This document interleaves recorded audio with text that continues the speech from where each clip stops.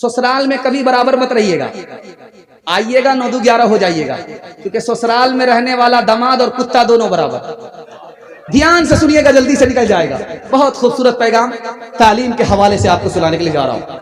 इमाम शाफी रहमतुल्लाह अलैह ने फरमाया, अगर दूध पीने वाला बच्चा माँ की गोद में पेशाब करे वो बेटा है, और बदन में पेशाब नहीं लगा, कपड़े में पेशाब है, तो कपड़ा उतारने की जरूरत नहीं है। एक मुट्ठी पानी लिया मारा, 2 मुट्ठी पानी लिया मारा, गार लिया झाड़ लिया, कपड़ा पाक हो जाएगा। बेटा अगर पेशाब करे, दूध पीता बच्चा, इमाम शाफी फरमाते। लेकिन अगर दूध पीने वाली बेटी है, माँ की गोद में पेशाब करे, बाप की गोद में पेशाब करे, और बदन में पेशाब ना लगे, सिर्फ कपड़े ही में पेशाब है, फिर भी 1 मुट्ठी 2 मुट्ठी पानी मार लेने से कपड़ा पाक नहीं होगा। कपड़ा उतारना पड़ेगा, दाग धब्बे छुड़ाने पड़ेंगे, बदबू निकालनी पड़ेगी, गारना और निचोड़ना पड़ेगा, तब मुकम्मल कपड़ा पाक होगा। देखिए नुक्ता, बेटा पेशाब करे मेहनत नहीं है, थोड़ी सी मेहनत में कपड़ा पाक। बेटी पेशाब करे दुनिया भर की मुसीबत, मोटा मोटी पाक करने से कपड़ा पाक नहीं, कपड़ा उतारना पड़ेगा। देखिए कितनी मेहनत। पालन हक्कानी ने यहां से नुक्ता निकाला, दुआ कीजिए अल्लाह उनकी कब्र को नूर से भर दे। पालन हक्कानी ने फरमाया, जिस तरह बेटे की पेशाब को पाक करने में मेहनत नहीं है, उसी तरह बेटे की तालीम पर ज्यादा मेहनत नहीं है। जिस तरह बेटी के पेशाब करने में ज्यादा मेहनत है, उसी तरह बेटे से ज्यादा बेटी की तालीम पर मेहनत करनी पड़ेगी। क्यों? बेटी 4 मंजिल में पहुंचती है। पहली मंजिल में वो बेटी है, दूसरी मंजिल में वो बीवी है, तीसरी मंजिल में वो माँ है, चौथी मंजिल में वो सास है। जब आपने बेटे से ज्यादा बेटी को तालीम दी, यही बेटी आगे चल करके अच्छी बीवी होगी, यही बेटी आगे चल करके अच्छी माँ होगी, यही बेटी आगे चल करके अच्छी सास होगी। मर्द पढ़ता है, अकेला मर्द पढ़ता है, औरत पढ़ती है, सारा खानदान पढ़ता है। माँ इधर है, बाप इधर है, बीच में बच्चा खड़ा है। माँ मुसलमान है, बाप मुसलमान नहीं है। माँ कह रही है बेटा कलमा पढ़ ले, मेरी तरह मुसलमान हो जा। बाप कह रहा बेटा भूल से कलमा मत पढ़ना, जैसे मैं मुसलमान नहीं तुम भी मुसलमान मत होना। बेटा कभी माँ को देख रहा, कभी बाप को देख रहा, कभी माँ को देख रहा, कभी बाप को देख रहा। माँ का जादू चल गया, बेटा कलमा पढ़कर मुसलमान हो गया। सुभान अल्लाह, सुभान अल्लाह। बेटी के पास बाप आया, बेटी ने बिस्तर समेट लिया, यूं समेट करके यूं इधर रख दिया। तो बाप ने कहा कि बेटी मैं आया तुम्हारे घर पे, तुमने मुझे बैठने के लिए बिस्तर नहीं समेटा, खोला, तुमने समेट दिया। ये बताओ कि ये बिस्तर मेरे लायक नहीं है या मैं इस बिस्तर के लायक नहीं हूं? कहा कि अब्बा ये रसूलुल्लाह का बिस्तर है, आप रसूलुल्लाह के दुश्मन हो, इस बिस्तर के लायक आप नहीं हो, इसलिए समेट करके उधर गए। बाप के दिल पर ऐसी चोट पड़ी, जो बाप इस्लाम का दुश्मन था, इस्लाम को तलब करने लगा, और तलब में अल्लाह ने इस्लाम की दौलत से मालामाल फरमा दिया। तीसरा नमूना आपकी खिदमत में आ रहा, ध्यान से सुनिएगा। जैसे ही शादी हुई, बीवी का इंतकाल हो गया, कोई कैलेंडर ही नहीं छपा। अब ये सर पकड़ करके बैठ गया कि जिंदगी में कभी शादी नहीं करूंगा। बहन को खबर हुई, जल्दी जल्दी आई। अब भाई साहब क्या इरादा है? जवान हो, अल्लाह ने साथ नहीं दिया जिंदगी, बीवी तुम्हारी गुजर गई, साथ नहीं दिया, लेकिन तुम्हारा इरादा क्या है, दूसरी शादी करोगे? तो कहा नहीं करूंगा। कहा नहीं, ये गलती मत करना, तुम जवान हो, दूसरी शादी कर लो। तुम्हारी बहन को पता है, तुम्हें मशवरा दे रही है, बहन के पास तुमसे ज्यादा इल्म है, तुमको बता रही है दूसरी शादी करो, शौक से करो। अगर तुमको नेक औलाद होगी और फिर वो नेक काम करेगी, तो तुम्हारी औलाद की हर सांस के बदले तुम्हें अल्लाह सदक़े जारिया का सवाब दे, सदक़े जारिया अता फरमाए। अब जिस भाई का इरादा बदल गया, उन्होंने शादी कर ली। एक आखिरी नमूने पर पैगाम को खत्म कर रहा हूं, आप लोग सुनने के लिए यहां से लेकर के वहां तक तैयार है? दोनों हाथ उठाइए इंशाअल्लाह, ध्यान से सुनिएगा, जल्दी से निकल जाएगा।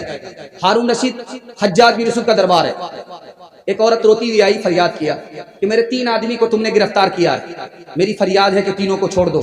हज्जाज ने कहा मेरे कट्टर दुश्मन है, मैं तीनों को छोड़ नहीं सकता, एक को छोड़ूंगा, 2 को फांसी पर चढ़ा करके रहूंगा, मेरा आखिरी फैसला है। तुमको 5 मिनट का टाइम दिया, जिसको चाहो छोड़ा लो, जिनको चाहो मौत के हवाले कर दो। अब उस औरत ने 5 मिनट में फैसला लिया। क्या फैसला लिया आपको सुनकर के हैरत होगी। तारीख में बहन का कितना बड़ा किरदार है ये दिखाने के लिए जा रहा हूं। माँ बाप के मरने के बाद हम अपनी बहन को तन्हा छोड़ देते हैं। बहन पर सितम करने वाले, हाथ जोड़ करके मैं आपसे कहता हूं, आप बहन पर सितम मत कीजिए, करम कीजिए, अल्लाह आप पर मेहरबान हो। ध्यान से सुनिएगा। उस बहन ने कहा, ए हज्जाज, तुमने मुझे 5 मिनट का टाइम दिया है, एक को बचाना है, 2 को मौत के हवाले करना, मेरे भाई को छोड़ दो। बेटे को फांसी हो गई, शौहर को फांसी हो गई।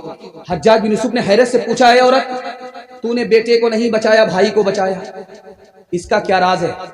तुमने भाई को बचाया, शौहर को नहीं बचाया, इसकी क्या वजह है? उस औरत का जवाब था, उसने कहा, मैं जवान हूं, मेरी शादी हो जाएगी, मुझको शौहर मिल जाए, खुदा मेहरबान हुआ मुझको बेटा मिल जाए, लेकिन माँ बाप मर चुके हैं, भाई नहीं आएगा। तो मिसाल पर पैगाम खत्म कर रहा हूं। स्कूल है, उसमें बहाली चल रही है, जनाना स्कूल है, लेडीज की बहाली चल रही है। 7 लड़की इम्तिहान देने के लिए आई। पहला सवाल पूछा गया कि इस्लाम के 5 रुकन क्या हैं? किसी ने जवाब नहीं दिया। दूसरा सवाल पूछा, ये बताओ मुसलमानों के 5 मुल्क कौन कौन से हैं? किसी ने जवाब नहीं।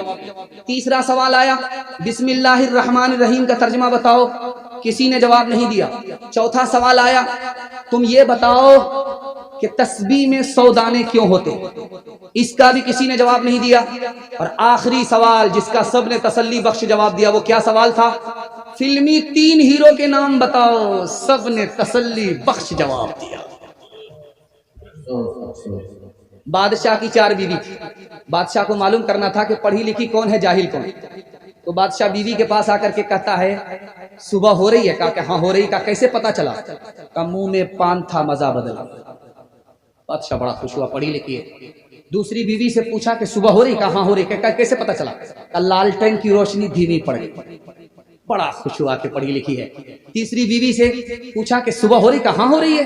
कैसे पता चला? नाक में जो नथ थी वो ठंडी पड़ गई। बादशाह बड़ा खुश हुआ। अब आया 1 नंबर की जाहिल के पास, पढ़ी लिखी नहीं। उसके पास आकर के पूछता है कि सुबह हो रही? का क्यों नहीं हो रही? का कैसे पता चला? कैसे पता नहीं चलेगा? जैसे पता चलता है, पेशाब आ रहा है, पखाना आ रहा है, इससे बराबर पता चल रहा है। तालीम औरतों को भी देनी जरूर है, देनी जरूर है। लड़की जो बेपढ़ी हो तो वो बेशूर है, बेशूर है। उसमें मुआशरत में सरासर फुतूर है, और इसमें वालिदैन का बेशक कसूर है, बेशक कसूर है। निकल गया तालीम के हवाले से पैगाम। पर्दे के हवाले से आ रहा, सुनने के लिए तैयार है? दोनों हाथ उठाइए इंशाअल्लाह। मर्द पायजामे से, औरत पर्दे से बाहर होगी, हाथ उठाइए इंशाअल्लाह। एक आदमी सीधा खड़ा हुआ है और ऐसे हाथ उठाए। अल्लाह का शुक्र है वो लुंगी में है, पायजामे नहीं। आखिरी पैगाम बहुत तेजी के साथ निकल जाएगा। औरत जब चलती है नंगे पैर सड़क से गुजरती है, उसके पैर का निशान उस सड़क के ऊपर आ गया। पीछे से एक मर्द आ रहा था, जहां उसके पैर का निशान पड़ा उसी पर इसने अपना पैर रख दिया। शैतान इस औरत की मोहब्बत और कशिश उस मर्द के दिल में दाखिल कर दिया। हजरत अबू बकर बैठे हुए थे और उनकी बेटी हजरत आयशा बैठी हुई हैं रजी अल्लाह अन्हुमा एक जगह। अल्लाह के रसूल ने देखा, कहा अबू बकर तुम जवान हो, तुम्हारी बेटी जवान है, तीसरे आदमी को साथ में ले लिया करो, शैतान दूर नहीं है।